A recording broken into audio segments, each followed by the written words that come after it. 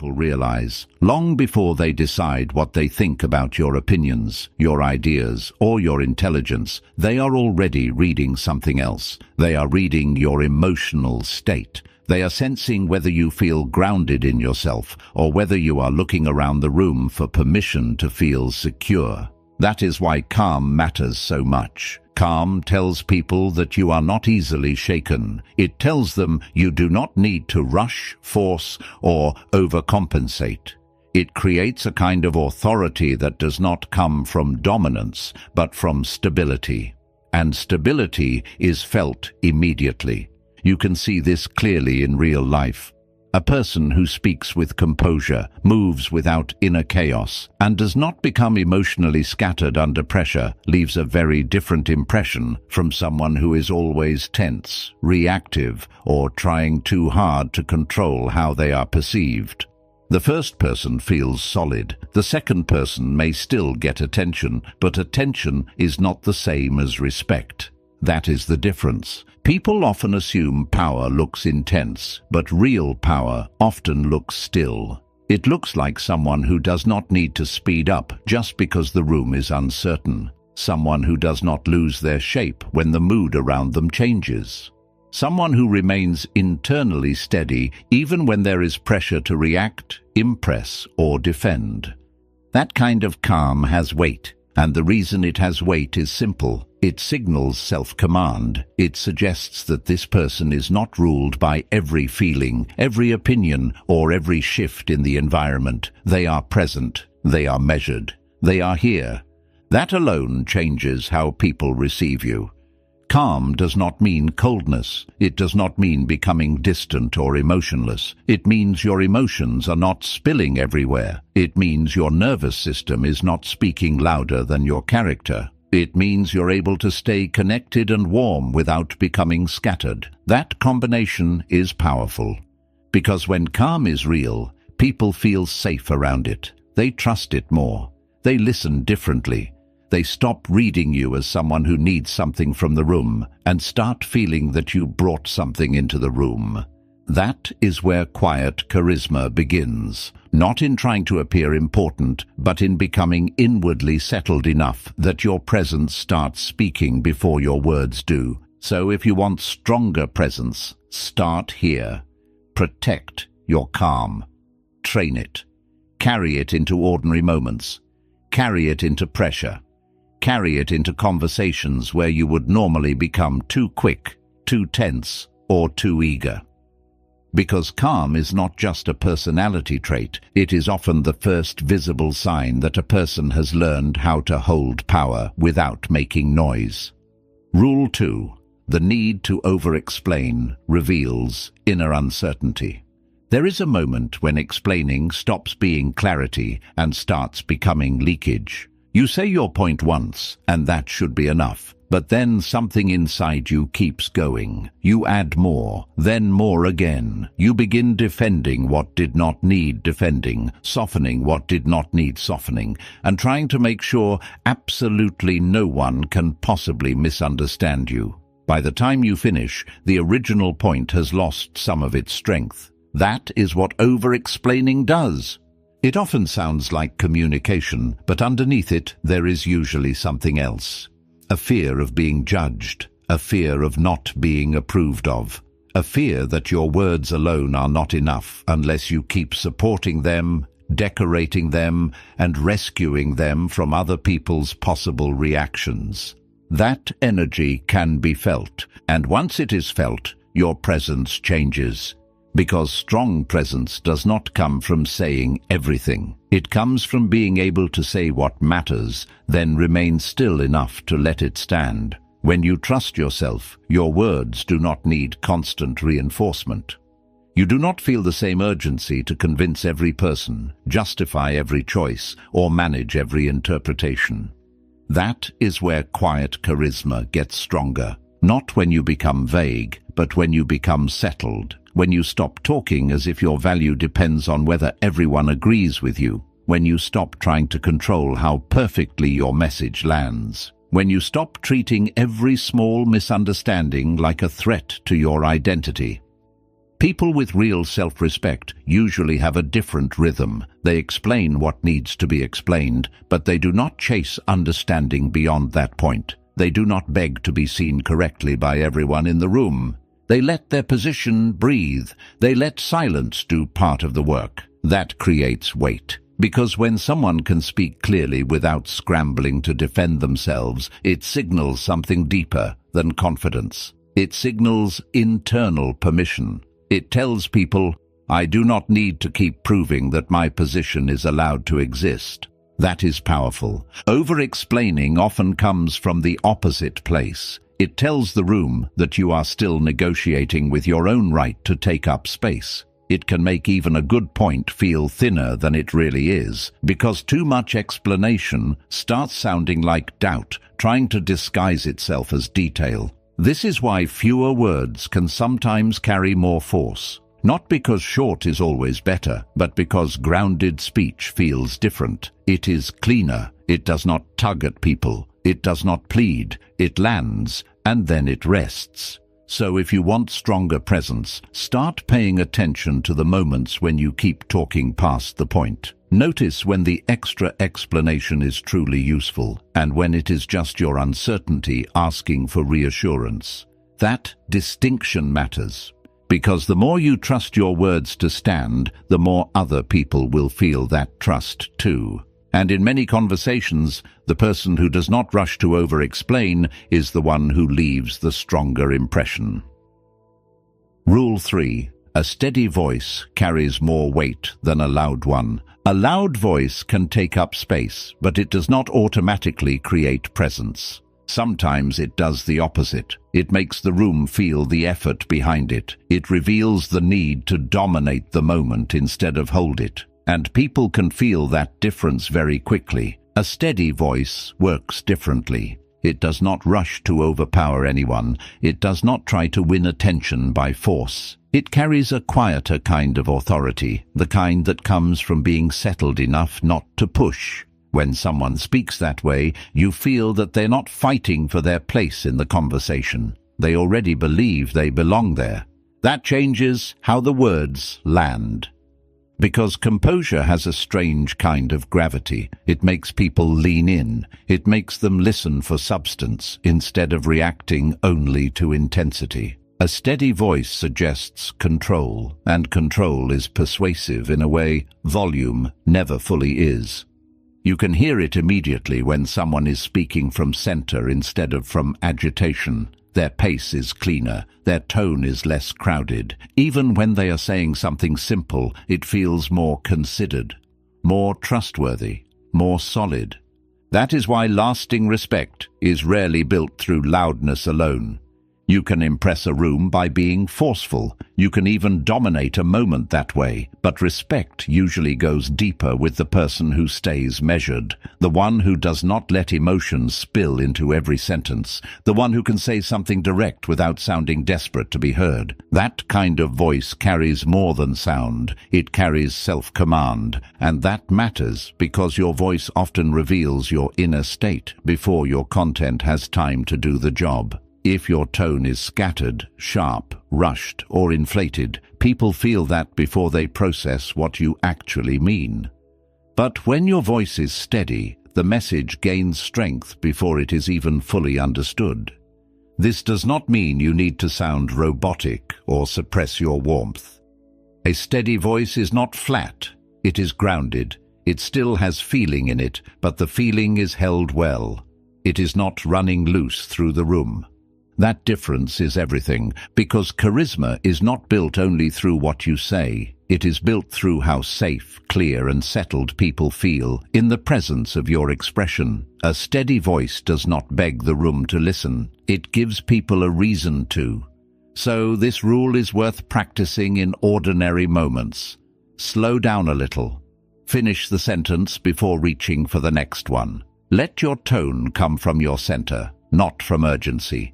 Speak as if you trust your words to carry their own weight, because when your voice becomes steadier, your presence usually becomes stronger with it. Rule 4. Neediness quietly reduces your value. Neediness is not always obvious. Sometimes it is loud, but often it is subtle.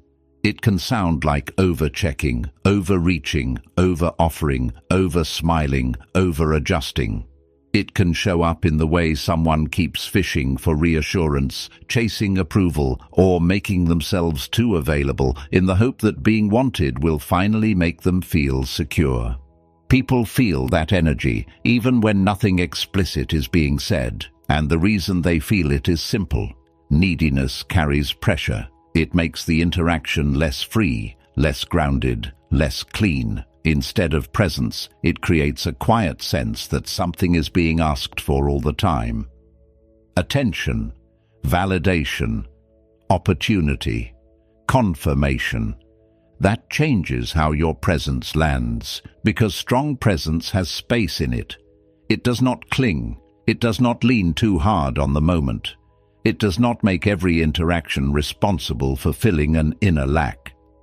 The more desperate you seem for approval, closeness, recognition, or a chance, the harder it becomes for your presence to feel powerful. Not because desire is bad. Wanting things is natural. Wanting connection is natural. Wanting growth, respect, and meaningful opportunities is natural too. The issue is not desire itself. The issue is when desire starts leaking as dependence.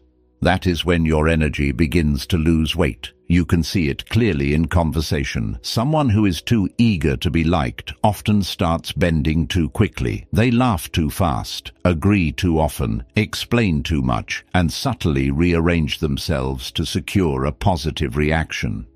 None of that comes from quiet confidence. It comes from needing the moment to go well in order to feel okay. That need can be felt before the words even finish landing, and once it is felt, your value drops in a quiet way, not because you became less worthy as a person, but because neediness weakens the emotional impression you leave. It tells the room that your center is still too dependent on what comes back from others. Quiet charisma grows in the opposite direction. It grows when you want connection without chasing it, when you value opportunities without begging for them, when you can be warm, open, and sincere without making other people responsible for stabilizing your self-worth. That kind of energy feels different. It feels calm, chosen, clean. It also creates respect, because people tend to trust what is not pulling at them. They tend to feel more deeply the presence of someone who is not trying to extract something from every exchange. A person with inner steadiness can still care, still enjoy, still engage fully, but there is no grasping in it, no invisible emotional demand hiding underneath the interaction. That is powerful. So this rule is not asking you to become distant. It is asking you to become inwardly full enough that your presence stops reaching outward in desperation. Let people feel your warmth, but not your need. Let them feel your sincerity, but not your hunger for approval. Because the less needy your energy becomes, the more natural your presence starts to carry real weight. Rule 5.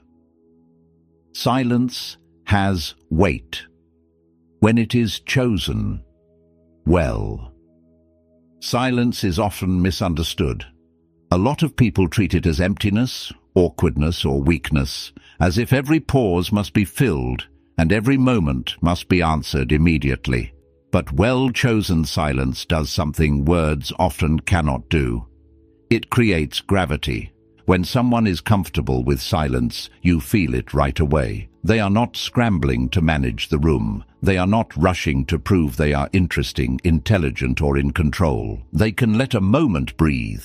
They can let a sentence land. They can hear what is happening beneath the surface instead of panicking and filling every gap with noise. That kind of restraint has power in it, because not every moment deserves your reaction. Not every question deserves an instant answer. Not every awkward pause is a problem that needs fixing. Sometimes the strongest thing you can do is hold your position and let the silence do part of the work. A rushed response often gives away more than it should. It can reveal insecurity, nervousness, or the need to keep control of how the interaction feels. Silence, on the other hand, can signal composure. It can show that you are not afraid of stillness, not afraid of being observed, not afraid of letting your presence stand without constant verbal support. That changes how people experience you. Silence also sharpens what you do choose to say. When you are not speaking endlessly, your words carry more intention. They feel selected, not spilled. And people notice that. They begin listening more carefully because your speech no longer feels cheapened by excess. There is another layer to this too. Silence protects you from unnecessary reaction. It gives you a second to see what the moment actually needs. Sometimes the room is asking for an answer. Sometimes it is asking for patience. Sometimes another person is testing whether they can rush you, provoke you, or pull you into a lower level of energy. If you answer everything immediately, you lose the chance to notice that. Silence gives you that chance. It lets you stay in command of your timing, and timing matters more than people think. A person who can pause without shrinking and remain calm without rushing to explain carries a very different kind of presence from someone who reacts to every opening the second it appears. This does not mean becoming cold or artificially mysterious. Forced silence feels just as performative as forced talking.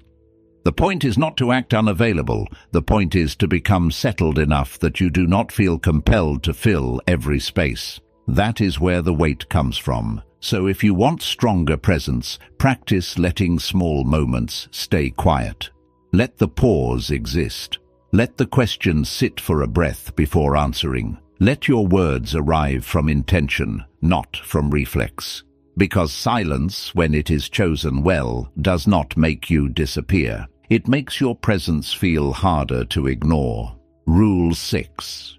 Deep listening makes you instantly more memorable. There is a kind of presence that people do not forget, and a lot of it has nothing to do with talking. It comes from listening well, not listening just to reply, not listening while secretly preparing your next point, not listening with half your attention while your mind is somewhere else. I mean the kind of listening that makes the other person feel fully met for a moment. That kind of attention is rare, and because it is rare, it leaves a mark very quickly.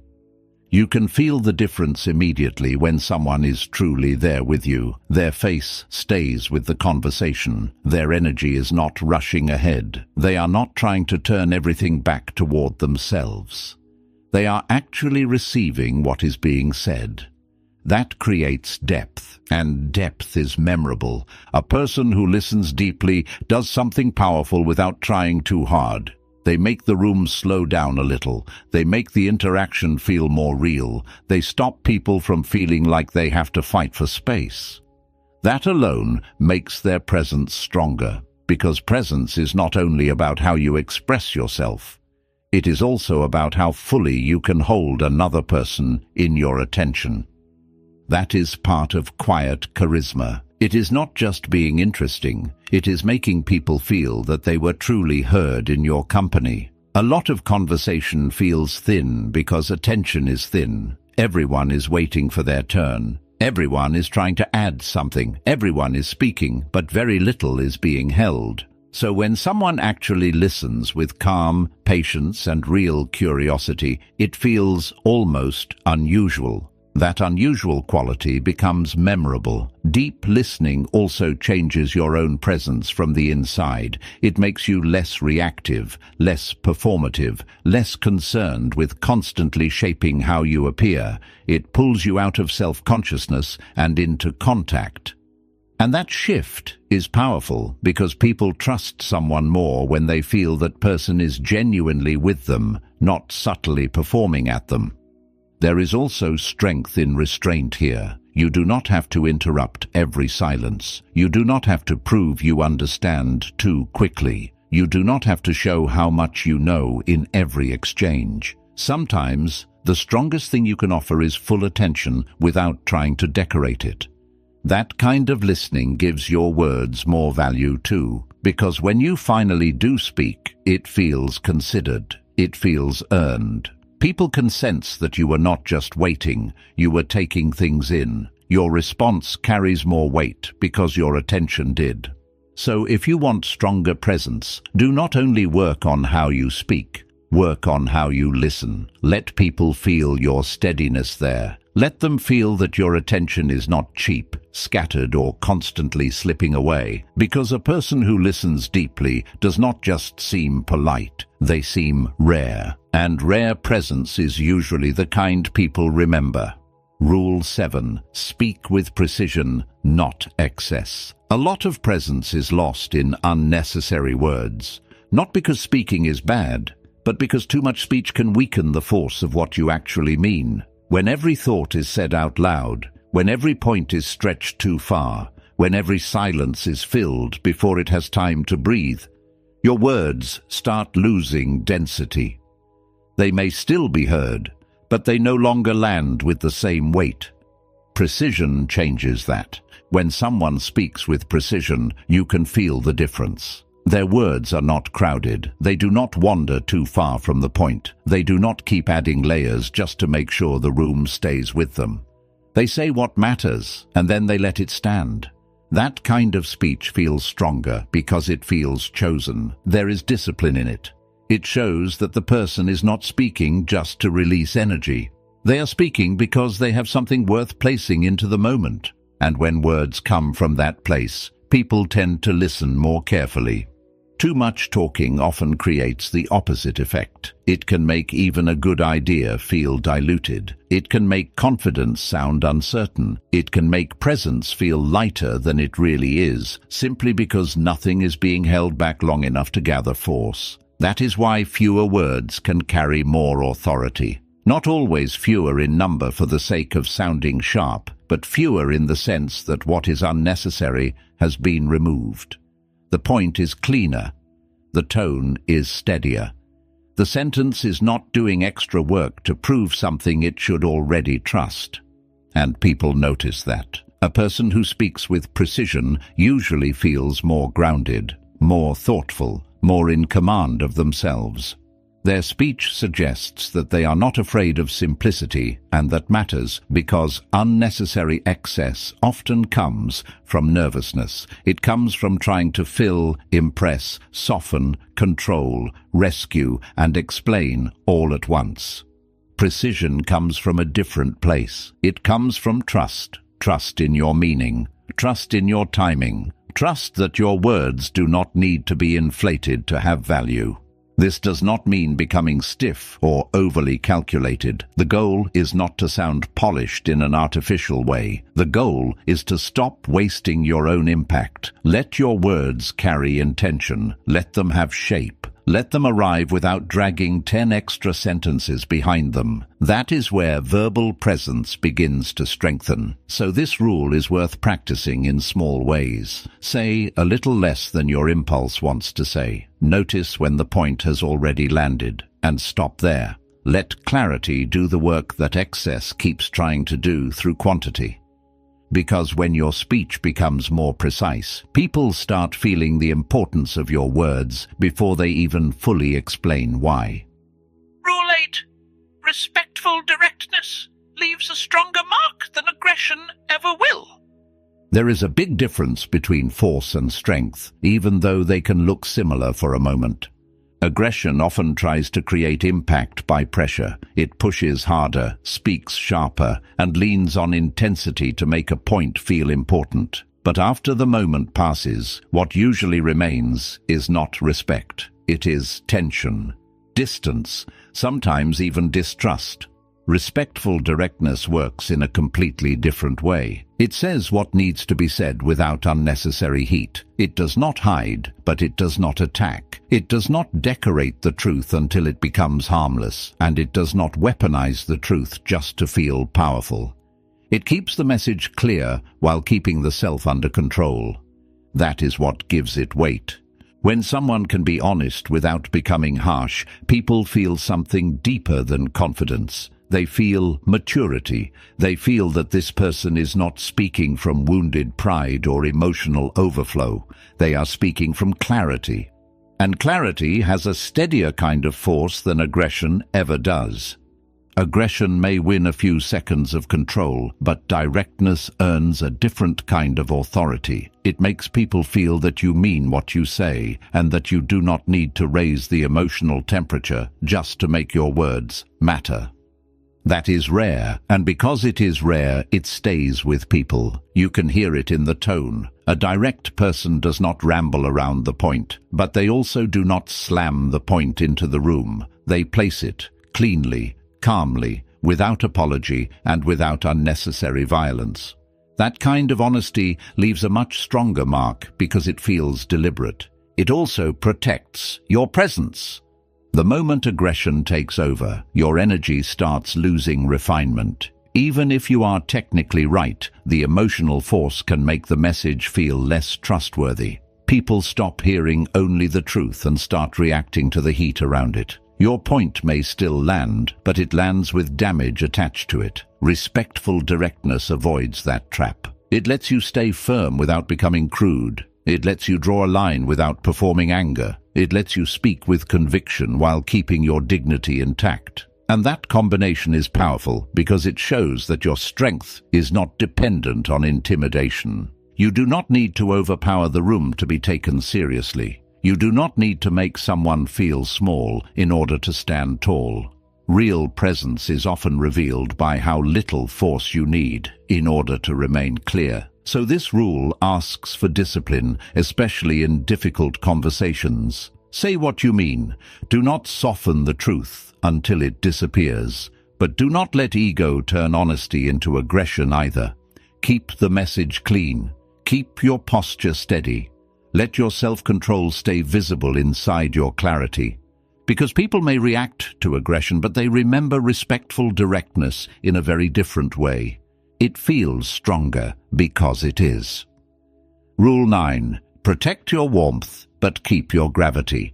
Warmth matters. It helps people relax around you. It makes you easier to trust. It keeps your presence human. A little humor, a little softness, a little openness can make others feel that being around you is not a performance or a test. That kind of warmth is valuable. But warmth loses some of its power when it turns into constant performance. That is where gravity starts to disappear. You can feel the difference in someone almost immediately. One person is warm in a grounded way. They smile. They connect. They bring ease into the room, but there is still something settled underneath it. Another person keeps entertaining, keeps filling space, keeps turning everything into energy, charm, or reaction. At first, that can seem engaging, but after a while it starts feeling lighter than it should. Because too much performance weakens depth. It sends the message that the person is always managing the atmosphere, always trying to keep attention alive, always making sure the room stays responsive. And once that happens, presence starts leaning outward too much. It depends too much on being received well, laughed with, noticed, enjoyed. Quiet charisma needs something steadier than that. It needs warmth, yes, but it also needs gravity. That inner sense that you are not available for every tone, every joke, every impulse to make yourself more digestible. Gravity is what keeps your warmth from becoming dilution. It protects the part of you that does not need to turn every interaction into a performance just to feel connected. That balance is powerful. A person with warmth and gravity feels inviting but not cheap. Easy to be around, but not easy to misread. There is kindness in them, but also substance. They can laugh, but they do not lose their center. They can be light without becoming flimsy. That is the difference people remember, because charm alone can fade quickly. Depth is what gives charm a longer life. Without depth, warmth can start feeling like a strategy. With depth, warmth feels sincere. It lands differently because there is something underneath it that stays still.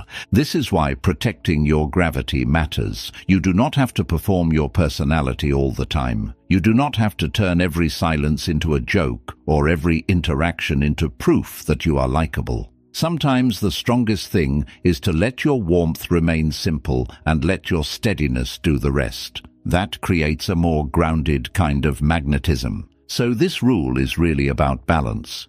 Stay warm enough that people feel your humanity, but do not trade away your depth just to keep the room comfortable. Let there be ease in you, but also weight. Let people feel that you can connect without scattering yourself, because the most memorable presence is rarely only charming. It is warm, yes, but it also has something solid behind it. Rule 10. The need to impress is what makes many people forgettable. There is a strange irony here. The harder someone tries to impress, the easier it becomes to feel the effort. And once the effort becomes visible, some of the presence disappears with it. You can notice this almost immediately. A person is trying a little too hard to sound important, a little too eager to be admired, a little too invested in making sure the room sees their value. Even if they are talented, intelligent, or interesting, the energy starts working against them. Instead of depth, you feel tension.